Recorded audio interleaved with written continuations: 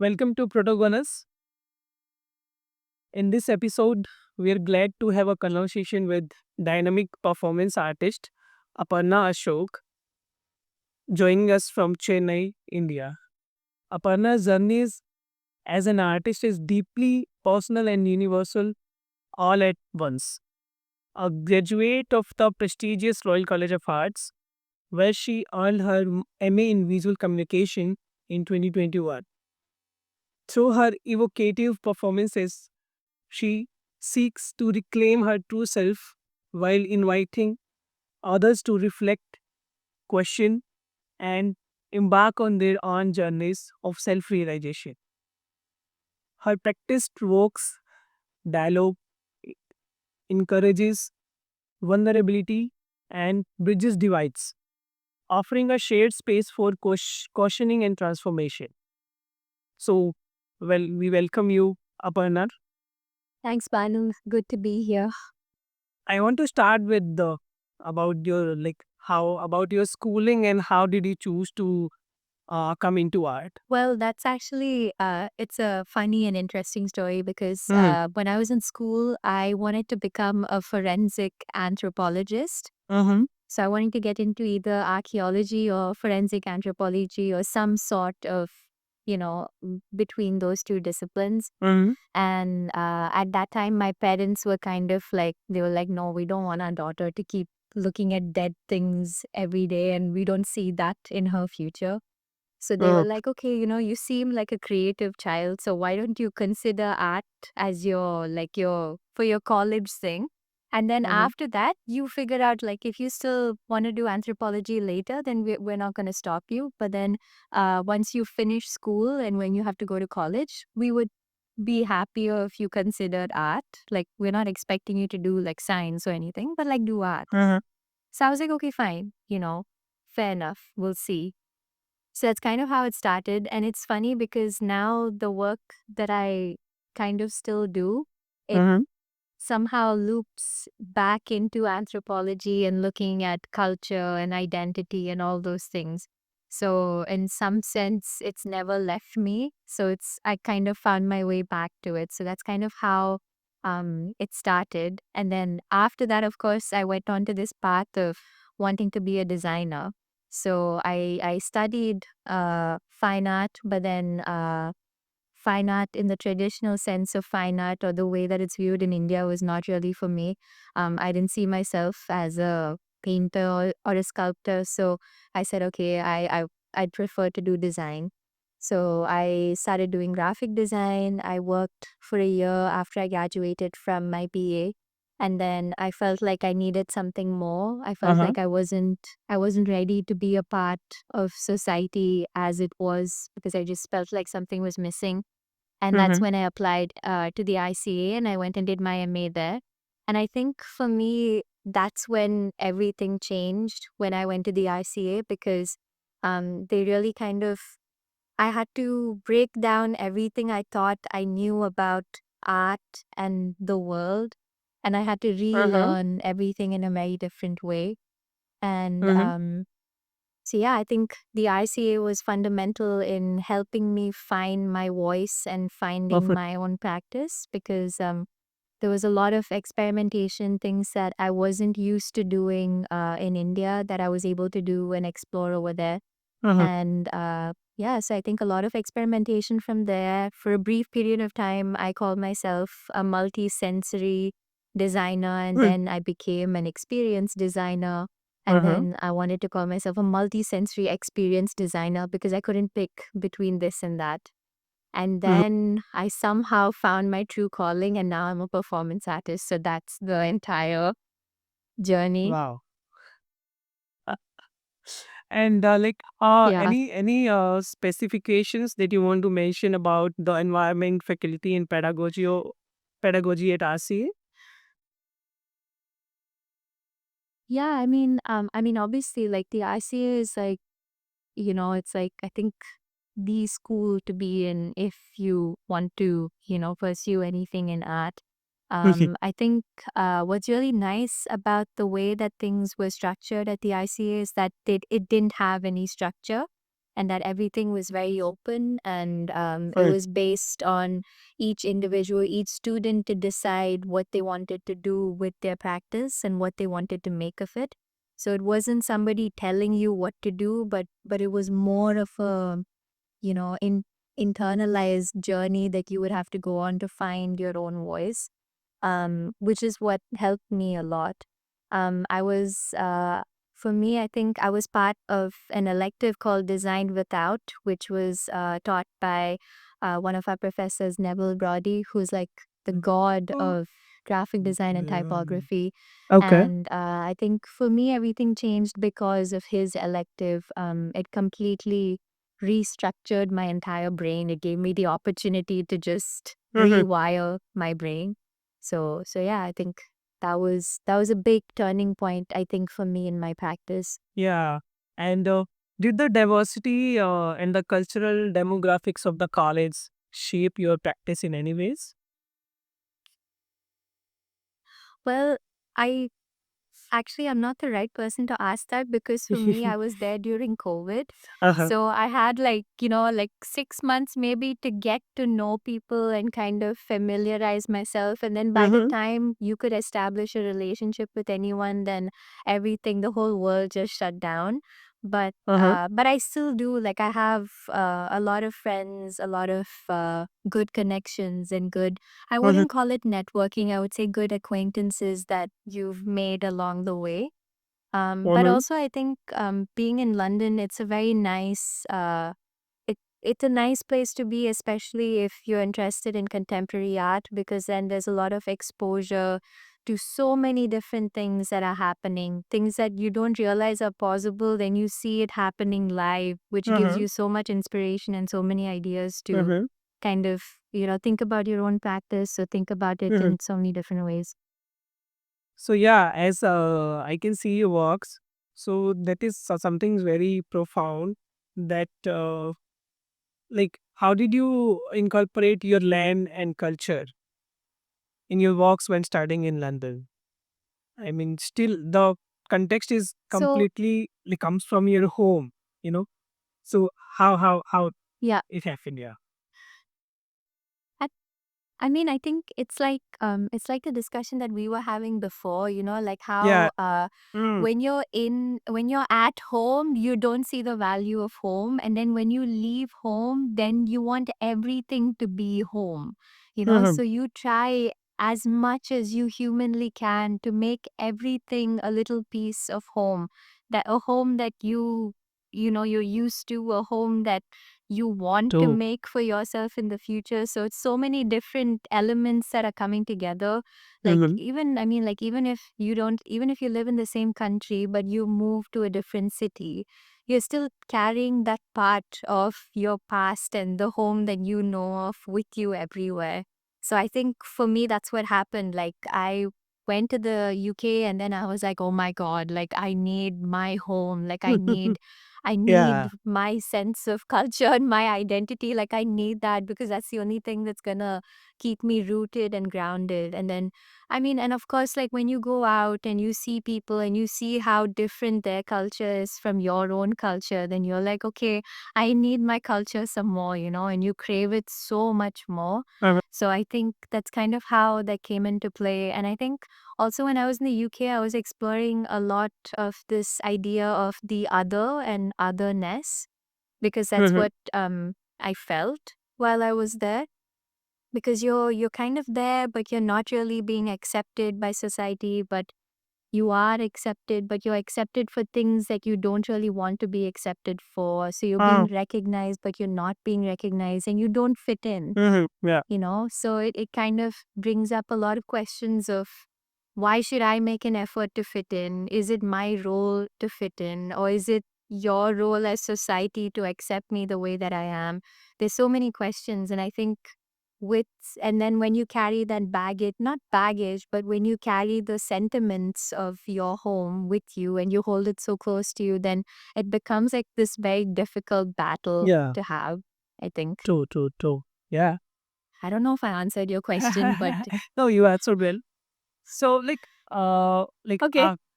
after coming to home and like while during the study, like what was your parents' response when you were doing performances? So for the longest time, I think after I have a joke with my parents, right? So Uh, every time I do a performance now, and they're like, "Oh my god, this is like really disturbing for us to watch," or like, "This is visually very intense." uh, I'm like, "Yeah, well, this is your fault. You said you asked me to go do art for my BA, and you put me on this path. I would have gone and done anthropology, and then I would have been, entirely different. uh, You said do art. Now this is the price you pay. These are the consequences of those actions. So this is your fault." So they're like, "Oh my god, like, okay."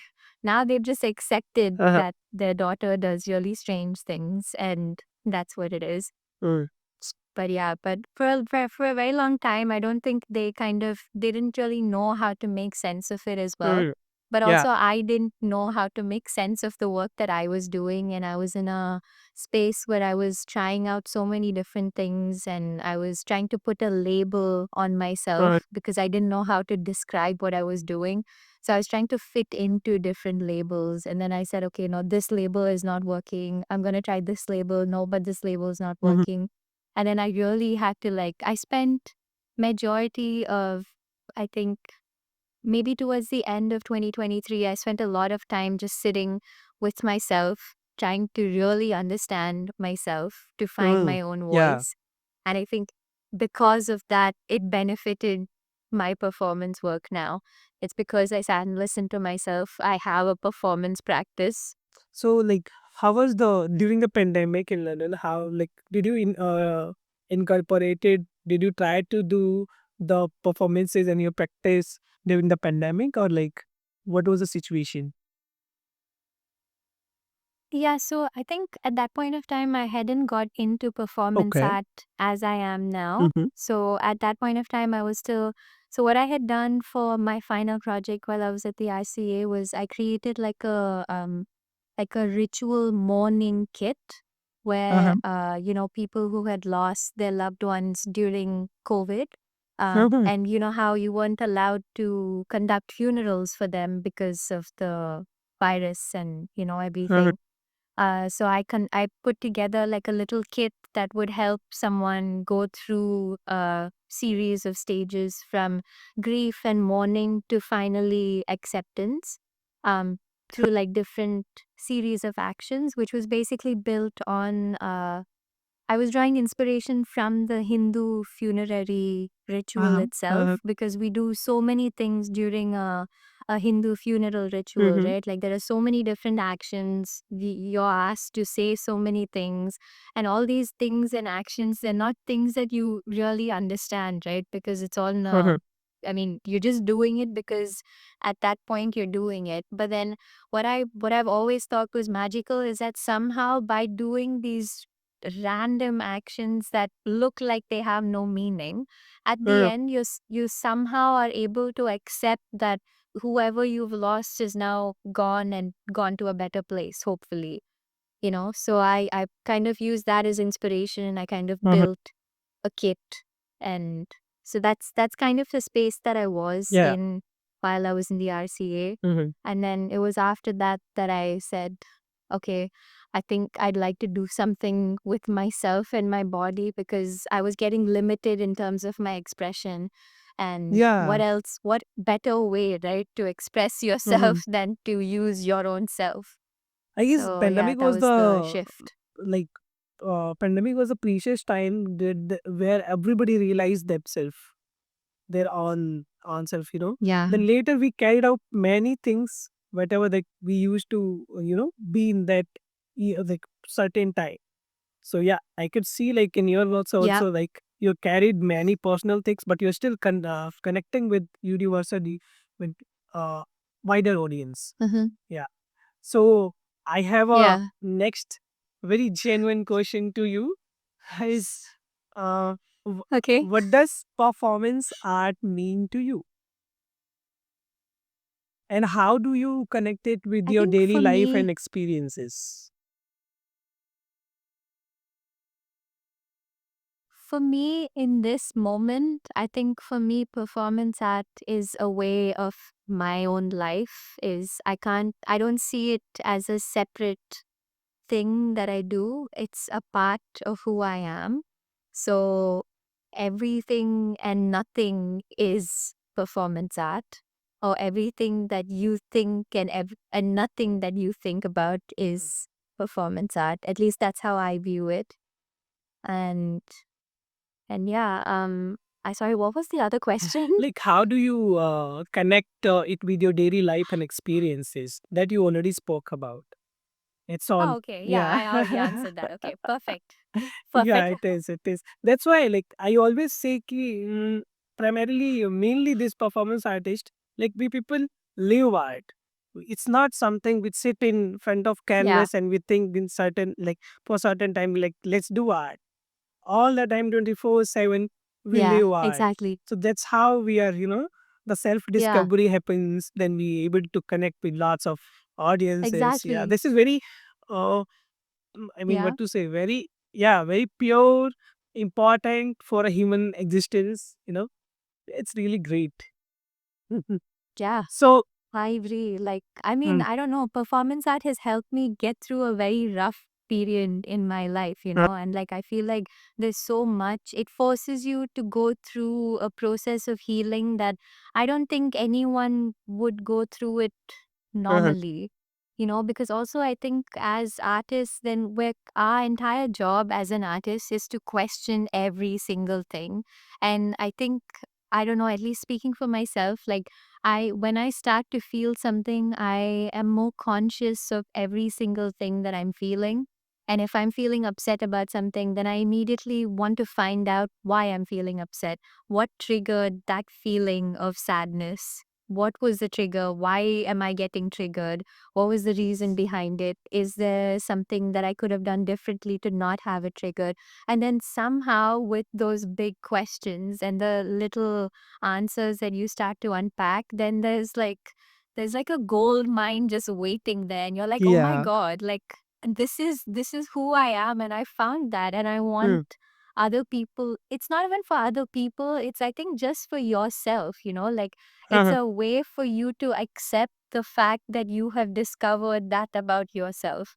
And I think that's what it really is. That's what yeah. performance art is. Like, for a long time, I also thought, like, for a very long time, I was very uncomfortable talking about what I felt and expressing my emotions and my feelings, Mm-hmm. at least as an artist, because I was like, who would want to listen to what I feel? Like, True. how would it make sense Mm, to some random person walking into a gallery, and if I have my work talking about how I was feeling angry yesterday, how are they going mm-hmm. to relate to it? Like, why would they want to see that? Yeah. And then Mm, I was speaking to another artist friend of mine, and she was like, no, you don't understand.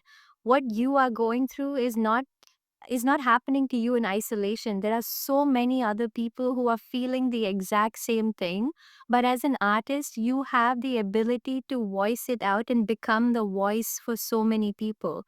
So when you say that you had this experience and it made you feel angry, then 100 other people have gone through the same thing, and they can say, oh my God, yeah, I went through that as well.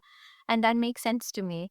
So I was like, okay, okay. So when you say it like that, then it makes mm-hmm. sense. Because otherwise I was like, why would anyone want to know what I'm Yeah. feeling? Mm. True. Even, Right? even, do you also believe like performance act as a healing process to us, as you already spoke to this, and Oh like, my God, yes. yeah, Yeah. and also like, ultimately when we accept our body, when we accept our existence, then the living the life and becoming the optimistic person, I mean, whatever the things we have, just accept it, because acceptance is a great tool that it's very hard to learn, you know so I feel the performance Mm-hmm. really teaches us Yeah, in this many ways to just go with the flow, in very realistic ways. exactly. Yeah. Yeah. So, Yeah. Yeah, because you come so close yeah. to everything that you are, right? And Mm, then it's so scary because you've never discovered that part of yourself before, and you're like, oh, who is this now? Okay, so you're a part of me too. Now, okay, we'll see what we can do with this and how we can, like, become okay with the fact that this is who we are. even whenever I go to my home, like my mother say, "Ki, Bhanu, you have changed a lot now," but it's good anyhow. I couldn't Yeah, digest it's at the good. Yeah, time, yeah, but yeah. later when I contemplate, later when I sit for alone for some time, then I think, yeah, something has changed. You know, yeah. Yeah. So, uh, so next is ki I really want to know about how did you feel before doing your first performance, and what was the state of mind? How did you prepare yourself for that? You know, and what was the public reaction? How did you make them feel? Like, what was the whole about? I think so the first public performance that I did was in the Mm-hmm. UK. It was in a park, and I had just invited everyone that I knew and a lot of friends and friends of friends, and so I had to go to this park and I set up, and it was a really strange thing that I was asking them to do. I was basically asking them to throw water balloons, but it was filled with red paint, so it looked like blood, and they were supposed to throw it at me. And obviously, like, I don't know what the rules are in the UK, and I was also there on a visa. So I was like, oh my God, like, what Okay. if I'm breaking the uh, law? Like, I don't want to get mm, arrested. Like, I was like, uh, okay, we'll see, like, if there are cops or something. So I had two friends just standing on uh, either side, like bodyguards. And I was said, okay, you need to look for cops. Okay. So if there's a cop, you come and you take everything mm, and you run, and we'll all run in different directions and we'll just go.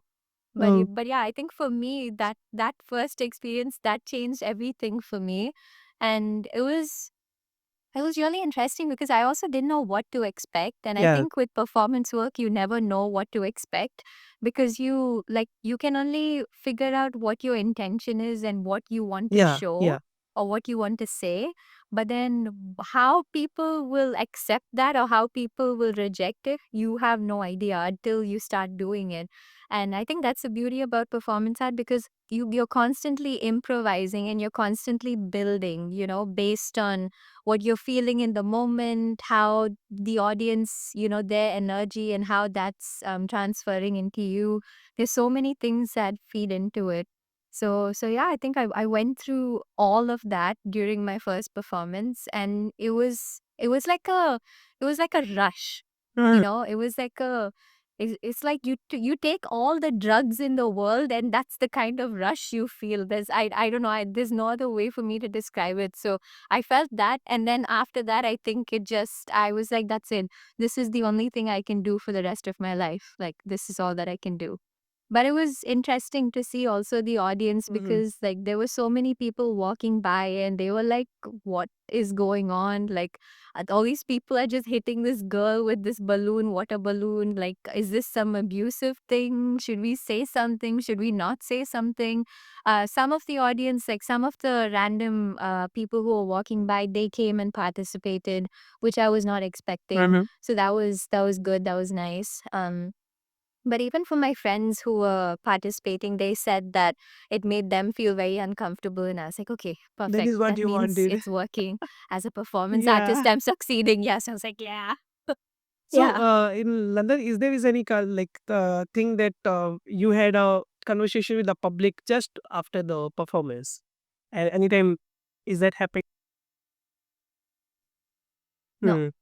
No, I don't think London is that kind of a country. I mean, Mhm, like, London's not that type of a city. The UK is not that type of a country at all. mhm, Like, they mind their own business. Like, nobody really cares about mhm, what you do, what you're doing. You'll just have people looking at you for some time and mhm. then they'll walk away. You may not even have any people who look at you because things like this happen there all the time. But yeah, so I don't think you would have that kind of interaction unless it's inside unless it's part of an event and Mhm, yeah, it's being curated in a certain way. If you're just doing it out in the open, it's very unlikely that somebody would come and say anything to you, which is good and which is bad in some sense. yeah. Because in our performance, Yeah. the audience has a very important role. It's incomplete without the Yeah. audience and the public. You know, so Mm-hmm. the London has this, like as you said. So how is all happen? When does the audience generally play a role when somebody does performance in London? Like how did they react and like how does it end up? Well, for my performance, like, so it was funny because also I was doing it on some day that this park they were organizing like this cancer marathon charity run. So there were a lot of people there, and they all had like their badges for running and all of that. So a lot of people were just standing and stopping and staring, and then they would just walk past. But also there were so many other things that kind of just happened as part of the performance because they had like they were having an event in the background, so there were a lot of speakers, there was a lot Mm, of music okay. which I did not expect, which added a different layer to the performance, to the entire footage. So it was interesting. Like the audience in the UK is kind of quite nonchalant that way. Mm-hmm. Like Yeah. they'll kind of just go in and out. Like the same thing, if you did it in India, you would have like 20 people standing there staring at you That until you yeah. finish. That is Yeah. guaranteed, right? Yeah. I don't know if they would come and ask you questions, but you will Mm, have 20 people standing there as an audience. Whether you have asked them to be there or not, you will have 20 people. That is like guaranteed, right? yeah. But in the UK, it's not like that. Mm-hmm. So Yeah, you personally, like can't like as you have came so far in performance career, so according to your context, what do you feel, what are the audience that you really seek and need for your particular concerns? Hmm, that's a good question. Something to think about. I don't know. It's interesting because I feel like a lot of the work that I'm doing right now is quite female centric, and it's based on a lot of the experiences that I have been going through in the last year. So I'm kind of focusing on different moments of vulnerability and feelings that I felt immediately in real time. So on one level, I feel Mm. like when I'm doing that kind of work, then it would maybe make more sense to an Indian audience Mm. because I am an Indian after all, and it would make more sense. But then also, from at least from the feedback that I got so far about my work, then Mhm. on a different level, people from around the world still seem to relate to it in a different way. Not maybe with the exact intentions that I intend to do my work with, but then they still seem to find some kind of connection to the work, which Yeah, is that is true. which I Mm. think is what makes performance art so beautiful, right? So it depends. I think right now it would be nice to have a bigger Indian audience Rahul? because those are the themes that I'm dealing with, and it would make more sense to have an Indian audience. But but I think there's also like a higher bird's eye view where it also seems to make sense to a different type of audience, which is so interesting, right? Because Yeah. we think that our Mhm. experiences are unique to us, but then they're not. Everyone is going through very similar things in, slightly different ways, which is so, it's funny to see how the universe works. Yeah, even it was an opportunity for you to connect with a global audience, with a diverse people. Yeah. So, but precisely sometimes we always think this dialogue needs certain audiences, you know. So I guess Yeah. you are also looking for in further your performances to just yeah, Yeah. it's good. And also the thing is ki, like how you do this filmmaking and all. So it's something that is like Mm-hmm. you're trying to make it more accessible because performance is something very liminal and Yeah. temporal. You know, it's we can only witness life. Exactly. We can only witness life. But what only we Exactly. left in our hand, we were also discussing yesterday. What we only left in our hand is documentation. So it's very really important for us. So Exactly. so somehow after the Yeah. Yeah. witnessing line, it's nice to screen it. It's nice to share on the public domains to with the people. Yeah. but more of it makes more Yeah, intense because I sense. mean, Hmm. Yeah, yeah, yeah. yeah, go ahead. I mean, but more of it makes more sense when somebody witnesses live, you know. So they Exactly. get the Exactly. Yeah, sensorial experiences with them. They carry with them the goosebumps we get. The idea of the discomfort. exactly. It's really I feel. And also like I want to go to Yeah. one of your work. It's m- uh yeah, I'll tell the it's a outsider. The outsider. Yeah. Oh, yeah, okay. So I I want to think, yeah, carry on this I know conversation. which one that is. Yeah, yeah, yeah. So would you like to speak Yeah. something about that idea of doing that work? Yeah, I If you mean, want, then we can so I screen think your works for as well if me, you want. no, no, no, don't worry. I know what work you're talking about. I Good, remember good, it. good, good. Uh, No, it's like it's so funny, right? Because I don't know how your process is, remember. but I really enjoy giving my work a name. Uh-huh, And I feel like for me, that's the most exciting part uh-huh. of the entire process. Like coming up with a performance is one thing, but then at the end, I'm like, okay, I need a name, but I need the name to not be a literal translation of what I'm going to do because I don't Yes. want it to, give away too much. Mm. So, and then I make it sometimes I make it so abstract and then I forget about it. And then I'm like, what? Which work are you talking about? Uh-huh. Yeah. No, but I know which one you're talking about though. So that one was basically, so I think for me, like growing up, I was, so my mom would obviously, she would dress me up a certain way. She'd braid my hair, put a bindi on my forehead, Uh-huh. and, I'd like send me off to school. And for like, I mean, obviously when you're very young, then it makes no difference to you, right? Because you're not looking at the way that you look. At least when Uh-huh. I was growing up, it wasn't important. Now Uh-huh. things have changed a lot. But at that point of time, you didn't really care. You didn't have a phone to take a selfie with. You didn't have anything, right? You would just go Yeah. to school and you would go play in the sun or like do your own thing. But then what I realized was a lot of the kids in my school, they were like, they had kind of stereotyped me because of the fact that I was wearing a bindi and because of the fact that I had my hair in a braid.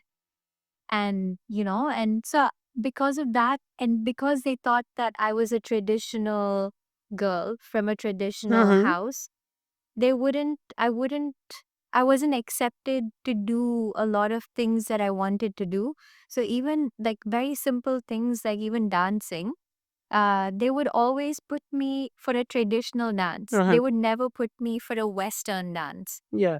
Which Uh-huh. is, I mean, like now it's fine, but then that's like, how are you making this choice for me? And Yeah. that's just because I'm wearing this dot on my head. And how can you decide that just because I'm wearing a dot on my Uh-huh. forehead that I'm traditional? I could wear this dot on my forehead. I mean, there's so much of symbolism and meaning Hmm. behind the Yeah. bindi, right? There's so many different ways of approaching it. So I don't know. I kind of Even sat with that for a even long time. And even you have mentioned yeah. Amma stop drawing a puttu on my face every day. It's not cool anymore. Yeah, Nobody wears it exactly. It's not except cool, me. Yeah. exactly. Yeah, because I think for like that's what I went through in school. So like the way that people would talk to you, the way that you were treated, the way that people would look at you and perceive you was through a certain lens. And that lens was already pre-made. And it wasn't because I had the opportunity to express who I was. It was just because of this thing on my head. And as soon as you take it off, then you're cool, Yeah. but with the Hmm. bindi on, then you're traditional.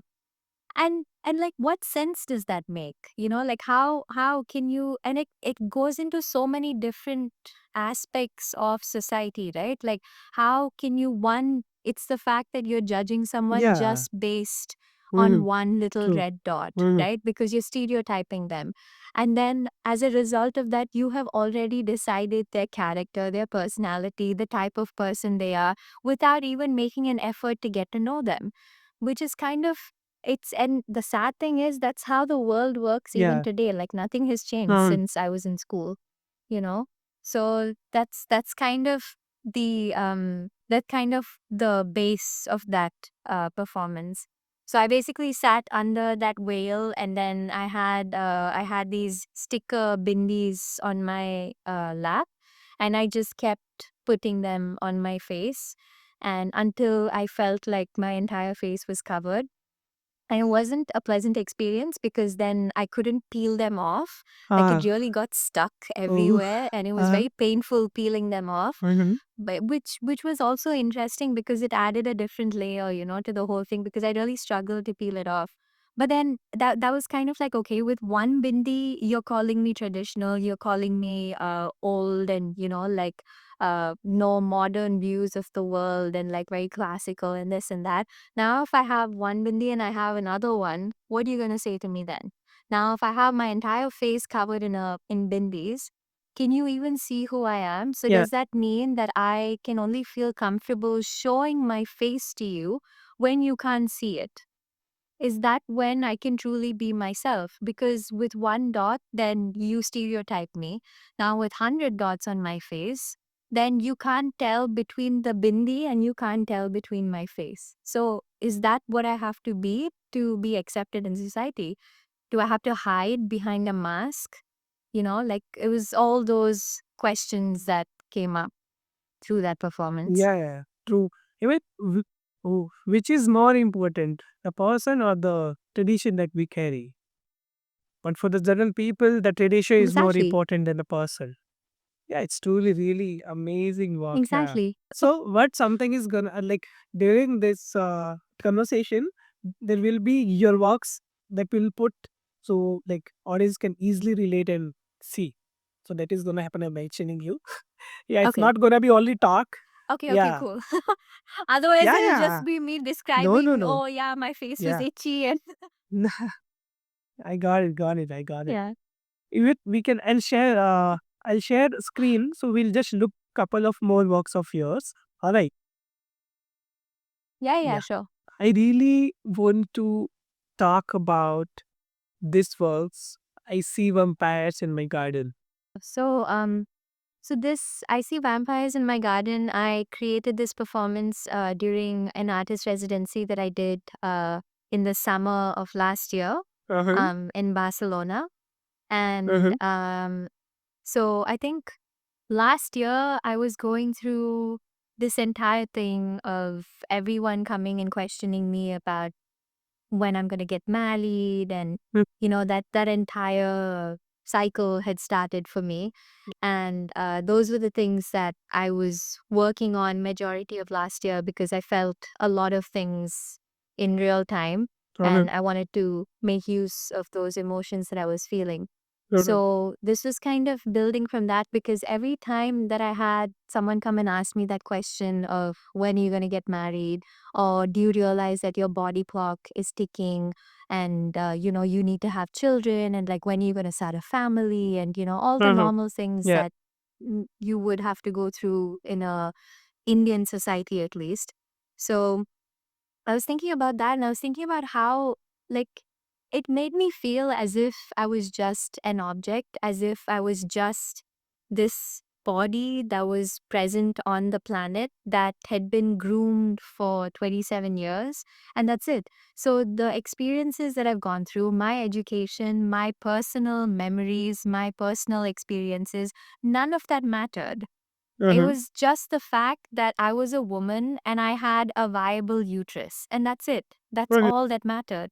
It seemed like, the way that people were coming to me and asking me, it seemed like that's it. Like the way that they were viewing me was just for the fact that I can potentially breed and procreate, and that was really, I don't know, like I was feeling a lot of things based on that sentiment. So I kind of built on that, and looked at how we it felt like I was asked to offer myself.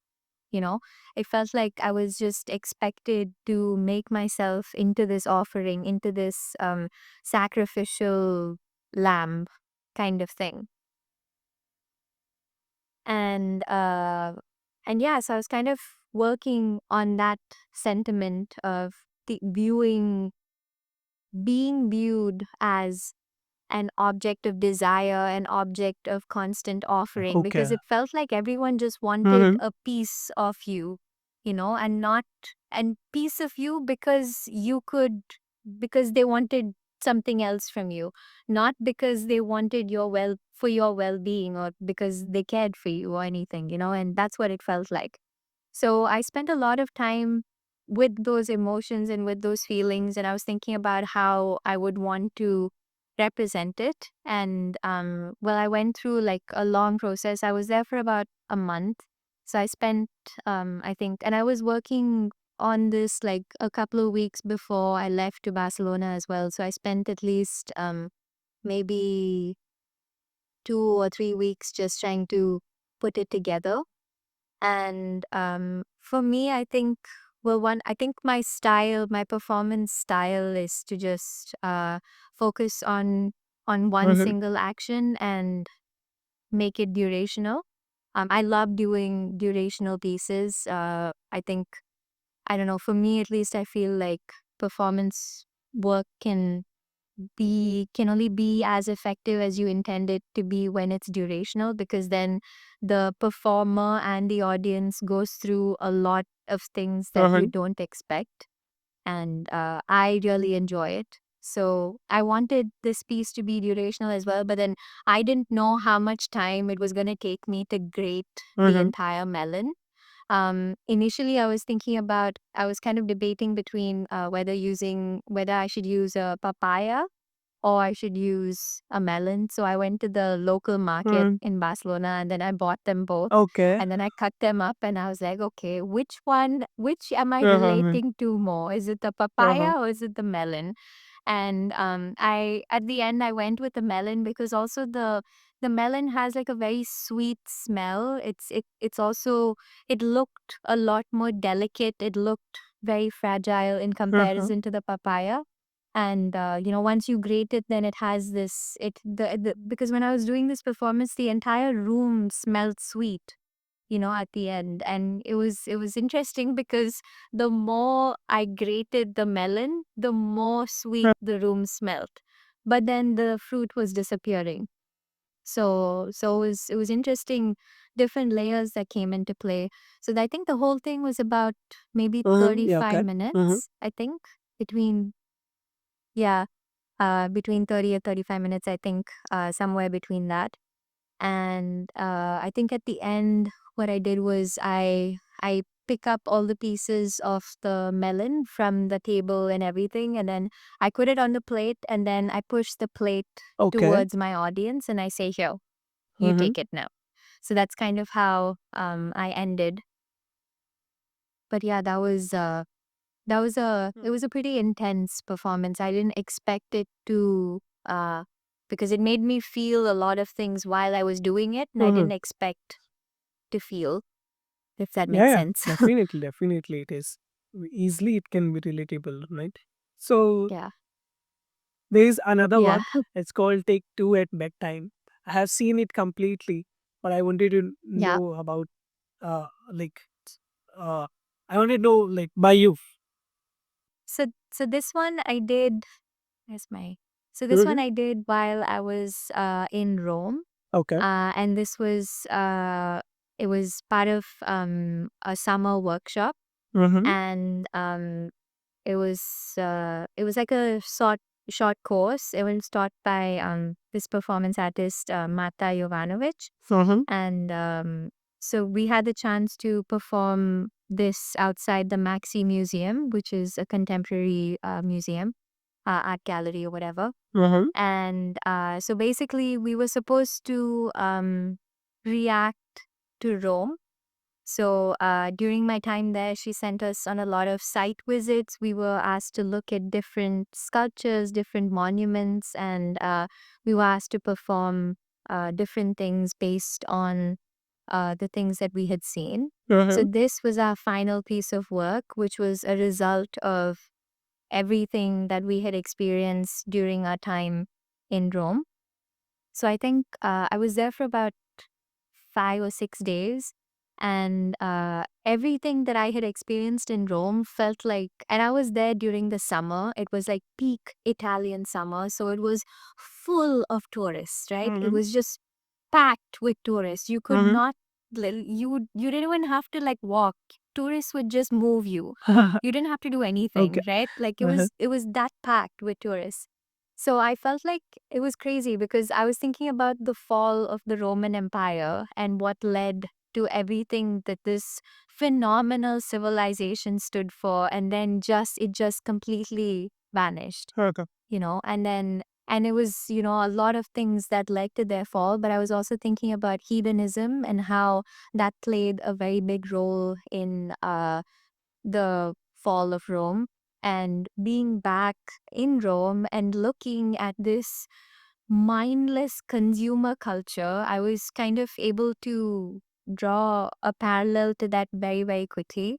And that's what I wanted to focus on. And I wanted to focus on how, as a society, we're so, so, so caught up in wanting more and wanting access to more and consuming data, consuming information, consuming everything around us, the planet, everything. Everything is about me, me, me, me, I want more. And that's it. We don't Okay. care about anything else. And like, if this is how we're gonna be going forward, what does that show for us as society? What does that show for our future? If we're not learning from the past, like Rome's fall, then what are we doing with ourselves? Is Uh, this what we see for ourselves? Are we okay with society being this way? Have we accepted that this is how things are, and we're okay with this being the standard of living, that endless, mindless consumer culture is the way moving forward? So those are the questions that I was trying to ask and I was trying to answer through that piece of work. So I basically sat and I ate 5 kilos of grapes. I mm-hmm. didn't digest everything. Well, I can Mm, at yeah, least yeah. safely say that I can't, no more wine for me. Like, I'm completely off wine. Uh-huh. Anyone says grapes, I want to throw up. But yeah, that was 5 kilos of grapes. It was symbolic of the 5 days that I had spent in Rome, and 1 kilo for each day that I was there. Mm-hmm. And I mean, obviously, the idea was that I kept shoving these grapes into my mouth before letting myself chew and swallow. Uh-huh. So in that process, half the grapes started to just ooze out of my mouth naturally, and it just started to fall, and Uh-huh. it became an absolute mess everywhere. So I had like grapes like everywhere on my clothes. You can see it in the photographs. I had grapes on the floor Yeah, yeah. and everything. So it starts off as this Mm-hmm. really elegant, girl with a wooden basket with grapes looking like she's going to have a picnic. Uh-huh. And then very quickly, there's just grapes everywhere and she's not chewing it. She's just spitting it out. Like, those images, those visuals don't even match, because like that's not how you're supposed to eat. First of all, you don't shove Mm-hmm. things Yeah. into your mouth before you swallow it. Mm. So there's a lot of different things that came into play. This is actually more challenging than I thought it would be, because I didn't realize how sweet those grapes were going to be, and I did not Okay. expect Uh-huh. that I would want to throw up. Like, Uh-huh. I was so scared. Like, I was so scared that I was going to throw up and mess up the entire performance. Every, like, I think 1 hour Mm-hmm. into it, I started to gag. And then my advisor, she Uh-huh. was standing there. She's like, "Oh my God, is she going to throw up? Is she going to throw up?" And I was like, "No, I'm not going to throw up. I'm not going to throw up. I'm going to be okay. I'm going to be okay. Put more grapes in, put more grapes in." But it was fine. I didn't throw Mm. up. The only bad thing is that I can't have grapes anymore. I still need some time. When did you the when did you done this performance? In which year? It was last year. It was last year, I think Oh, maybe in July, June or July. yeah, it's a recent memory now. Yeah, it's Yeah. it's too recent. It's still, I say Mm, grapes and my tongue just shrinks. true, true. So now we'll talk about the recent performance even that also I witnessed in Odisha. So Mhm. because this is something very relevant to because it's present, so we can it's better to speak about that. Yeah. Yeah. So as we know, the theme was post-human and body ecology and technology, and Yeah. you came up with this idea of, and you titled it as the house that ate my name, and you were Yeah. doing this. Yeah. So how did you go, and what was like this all about? I think for me Yeah. This. when Ajay sent me the idea and he said that it's gonna be post-human, Mhm, I was very, very excited mhm, because I mean it's very relevant to today's world, right? And I think as a general theme in my work, I somehow managed to incorporate this question of identity and belonging and identity erasure and what does identity mean. That I think that's a theme that's kind of constantly there in my work. mhm, And I was very curious to take that one step further and look at the influence of technology on our sense of self and sense of mhm, identity and belonging. mhm, And so that's kind of the questions that I was hoping to raise and ask during, I mean, mhm. with this performance. Um, and then I thought it would be cool to incorporate a vacuum cleaner just, because I thought it would just be fun and it would help make my point, I think. So the logistics of getting the vacuum cleaner, that's a different story. But I Yeah. managed to get the vacuum Yeah. cleaner It's fine. there and It's it fine. managed to Yeah. No. work and everything, Mhm. which is great. But yeah, so I think I had 12 kilos of rice in the sack, which was supposed to symbolize 1 kilo per month, so 12 months, so one entire year. And I think what was very interesting for me during this performance was I did not expect to sympathize and empathize with the vacuum cleaner. And I felt that.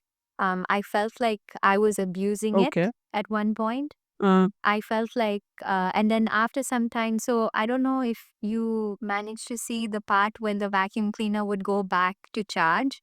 So when its battery was dying or okay. whatever, it Mhm. would say it we yeah. So the vacuum cleaner would say, "Oh, I'm running low on charge. I'm gonna go home now," and it would go back to its charging station, right?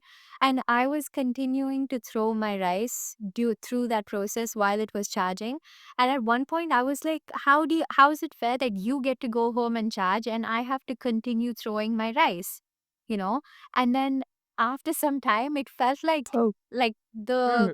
the parallel that I was able to draw was it felt like, even like today with society and not even society with social media, we're Mhm. so desperate to make our presence known, right? On social media. Mhm. We're so desperate for people to see us, for people to accept us, for people to know that we exist. And it felt like that's Mhm. exactly what I was trying to do. Like I was so desperate to have my grains of rice cover that floor. It was like every grain of rice was symbolic of a part of me, because also rice has such big symbolic value for us as Indians, right? It's very it's a staple food. Rice we use for all rituals as well, so it means a lot of different things to us, and it's almost like it's a part of our identities. So I thought it was interesting how after some time I became desperate to compete with the vacuum cleaner to make sure that I had more of myself or more of the rice being uh distributed on the ground than the rice that it was sweeping up, which became like a very interesting parallel, I think, between me and the vacuum cleaner. So that was very nice. I really enjoyed that piece of work. We could also. So yeah. So as I have seen all of your performances by your website, social media. I could really want to put a light on the props and the attire that you use. For me, it's a very Mhm. minimal and very it's not distracting and disturbing at all.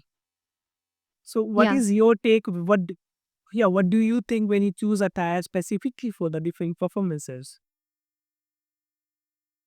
I think, well, that's, you said it very correctly. I think for me in my work, I want the focus to be on the action, and I don't want the focus to be on what I'm wearing or what's around me. So I like having my space to not have anything other than what I really need in it. So I'm very Mm-hmm. conscious of the space that I choose, what it has, what it doesn't have. That goes into my process, I think. I'm very mindful of the locations that I choose for my performance, and even the clothes, like you said, like it's very they're very calculated choices that Yep. I make for the Mm-hmm. clothes, because the clothes that you wear are part of the performance, but it shouldn't be the performance unless you want it to be. But in my case, the clothes are not the performance. So I try as much as I can to make sure that it doesn't take the spotlight, because that's not what I want my audience to focus on. Yep. So it depends on, like, sometimes I feel like while I'm working on something, I just get a kind of feeling of what I want to wear, and I start to Mm-hmm. kind of build from there. And then sometimes it only comes to me after I have put my idea together and I know what I'm going to work on. And then I kind of Mm-hmm. go back from there, and I'm like, okay, maybe I should wear something like this and not something like that. Okay. So there is another work that I personally interested also in this. It's civilized to death. Hmm. So it's how it's phrased, Yeah. like you already mentioned, to sweep under the carpet. So with the performative acts that you choose to do, so what was the all Yeah. significance with the idea and the performative acts and your actions? Yeah. So I think for this performance, I was very interested in how sometimes we don't like to have confrontations, and how Mm-hmm. um when in a relationship or anything, you kind of just, you think that it's not relevant, so you don't want to talk about it, and then you forget about it, and then you just sweep it under the carpet essentially, and then you Mm-hmm. pretend like everything's okay, and you pretend like nothing has happened you know Mm-hmm. so that act of, well, the metaphor, at least, of sweeping under the carpet is almost as if you are kind of going back in time and saying, this never happened, this never took place. Mm-hmm. So what does that mean for, I was very interested in seeing, like, what does that mean for a person if they're going through something, or if they have something to say and you don't have the space or the opportunity to say it, because you also need somebody to listen to what you have to say. If you don't have someone who's going to listen to what you have to say, then what's the point of saying it? And if you're only going to have people who are constantly sweeping your emotions, sweeping your feelings under the carpet, and constantly telling you that what you're feeling or what you're thinking is irrelevant and insignificant, then what's the point? What's the point of our existence as human beings? So I thought that it would be interesting to see how I could take the metaphor of sweeping under the carpet as a literal action, to just see what that Mm-hmm. would bring out. So I think I don't remember how much of sand I got. And sand, Uh-huh. apparently you don't buy it in kilos. There's a different unit that you buy it Yeah. in. Uh-huh. But I procured a lot of sand, and I really have to thank my parents for this, because I cleared out our entire living room, and I did this in my living room. Oh, I okay. so Yeah, Mhm. so I basically filled up my entire living room with sand because it was an idea that I wanted to experiment with and I wasn't sure if it would make sense. So I Mhm. had like plastic sheets everywhere, filled it up with sand everywhere. Well, my dog had a very, very good time because he thought all the sand was there for him. So he was like, "Oh my God, I don't even have to go to the beach anymore. All the sand is in my own house." So I had to keep him away from there. Mm. But then yeah, I did it there, and I also had a broomstick tied to my leg, which was kind of symbolic of saying, like labor and domestic labor and things like that, and things that you're expected to do and things that you're not allowed to talk about because nobody wants to hear it, and kind of working along that narrative.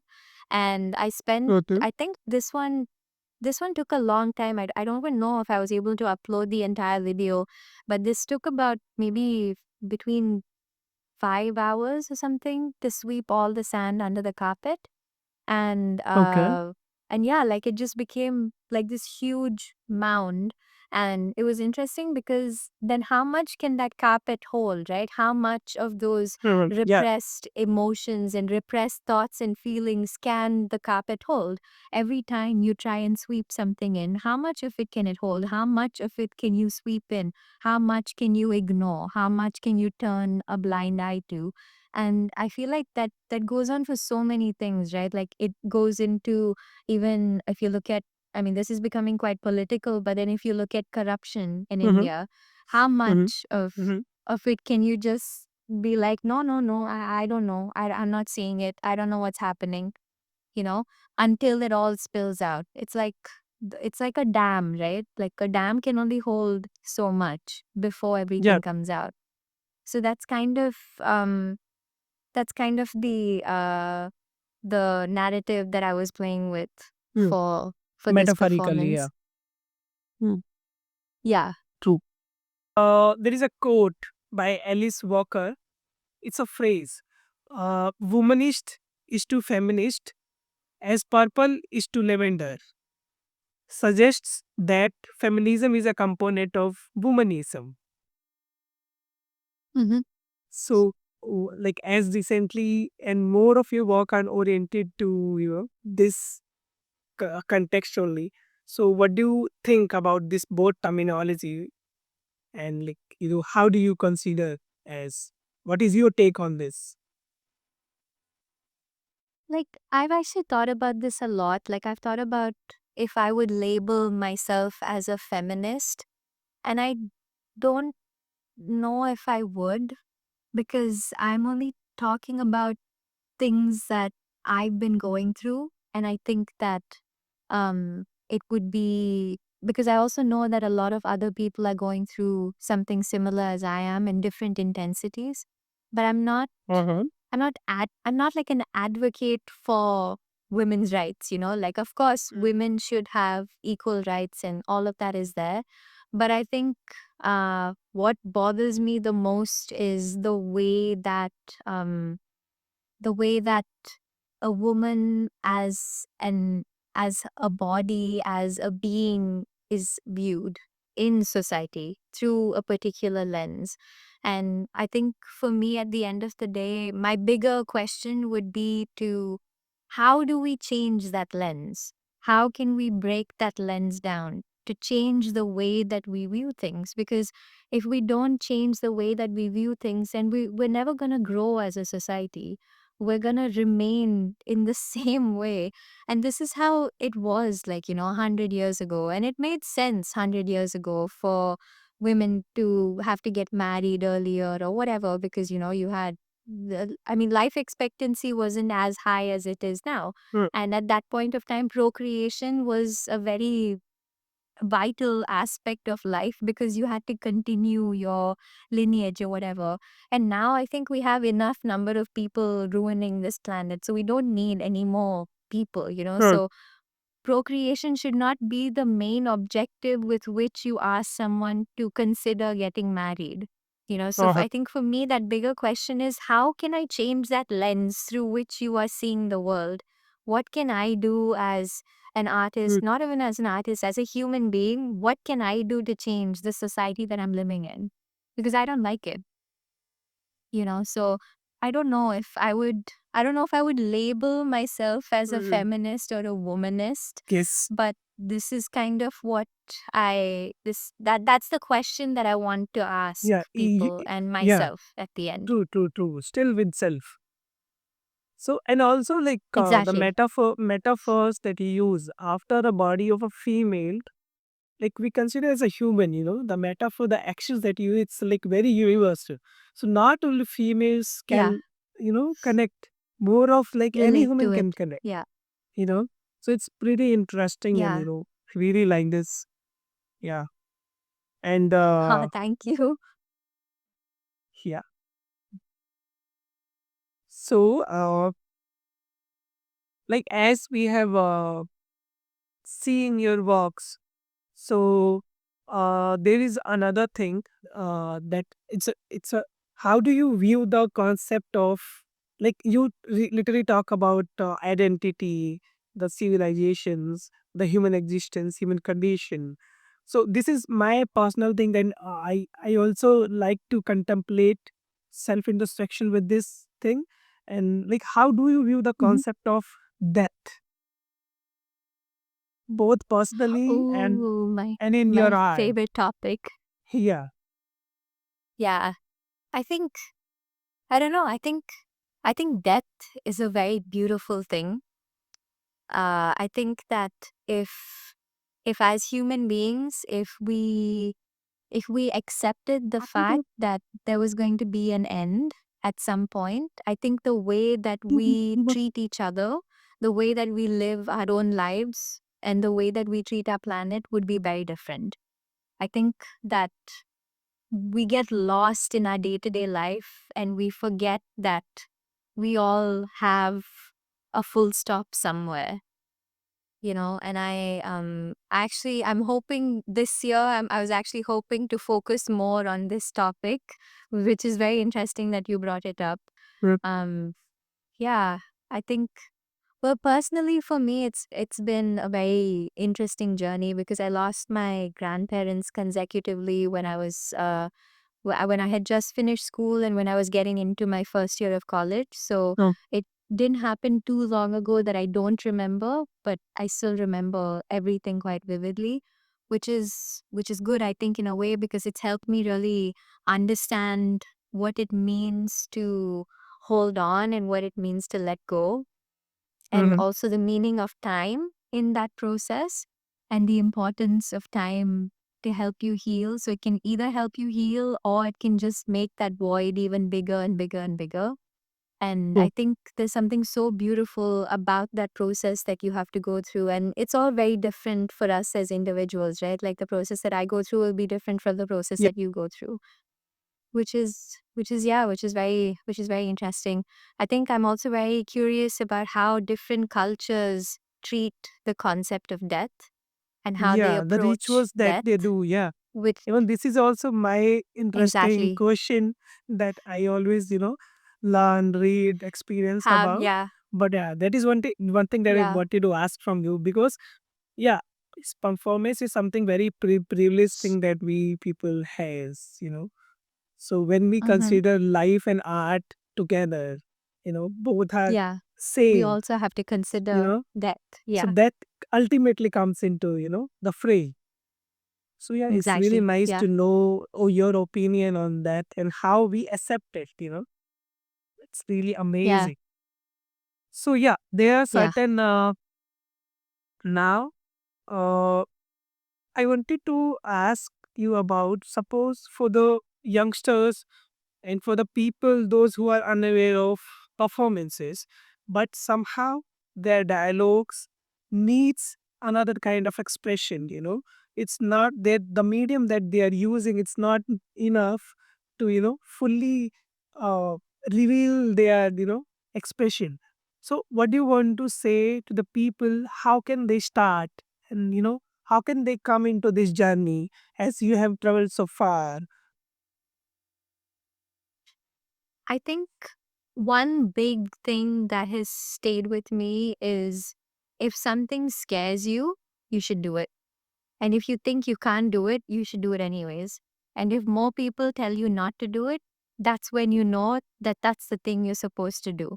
So I think Huh. for me, the biggest problem that I had was breaking away from that shell of comfort. And I think that for the future generations of artists, I think that they should constantly embrace uh, uneasiness and being uncomfortable, because only by experimenting with things that make you feel uncomfortable, you can grow through Uh-huh. that. And I think that's very important, because then you have the opportunity to experiment, and then maybe you're trying different things, and then you stumble into not necessarily performance art. You could even stumble into, I don't know, printmaking if you're from a traditional outlook of sculpture, and then you could stumble into Huh. printmaking and you could realize that you would like to do something with printmaking and sculpture. But then unless you step out of your comfort zone and you try different things, you will never know. So I think that that's very important, that everyone should just recognize that if something scares them, they should do it, because that's the only way of moving forward. Even like ideas and stuff, like when I'm Mm. thinking about ideas and I'm not sure about an idea, then I do it because I'm not sure about it, because I know that, okay, this has potential here, because that's why I'm feeling a little, it makes me nervous or it makes me feel a certain way. Then I know Uh-huh. that there's something there. If it doesn't give me like butterflies in my stomach and it doesn't make me nervous, then I'm like, what's the point of that? I also need to feel something through my work. Like, I'm doing it at the end of the day for me. So Huh. I think that's very important for people to recognize that they need to be pushed. Like, you need to push yourself out of your Uh-huh. comfort zone. You know, Yeah. I don't know. What do you think about that? About What would you say about about the same question, except that, please like, what repeat. would I you am say lost for. in You I'm forgot lost your in own like, question. no, no, because question is now no more important now. That the thing that you're speaking to me, it's like I'm Yeah. relating all of this. So what was the question? Please tell. The question. No, no, like what would you say for like the future generation of Ah, artists, or like budding aspirational artists, like what would you say hmm. to them to get them onto this journey of exploration? Because I feel ki as we really starting questioning to ourselves, questioning to our existence, questioning to Mm. our body. This is something. Whatever we do, whatever the actions we perform, we could easily relate both of the things, but Yeah. as we see the difference between the what we think, the what we are, and what the action we are performing, so it's trouble, it's make a Hmm. lot trouble during like in your life. But people are nowadays like Yeah. they really ignoring this part. They are into just in the fake happiness they want to seek, and they appreciate it. They don't evolve themselves Yeah. truly that on to identity being a human you know so I feel Yeah. the students, the youngsters should question them about what is really resonates, what they want to say, and what is the most expressive medium, most accessible medium to the audience that they can perform, they can go with.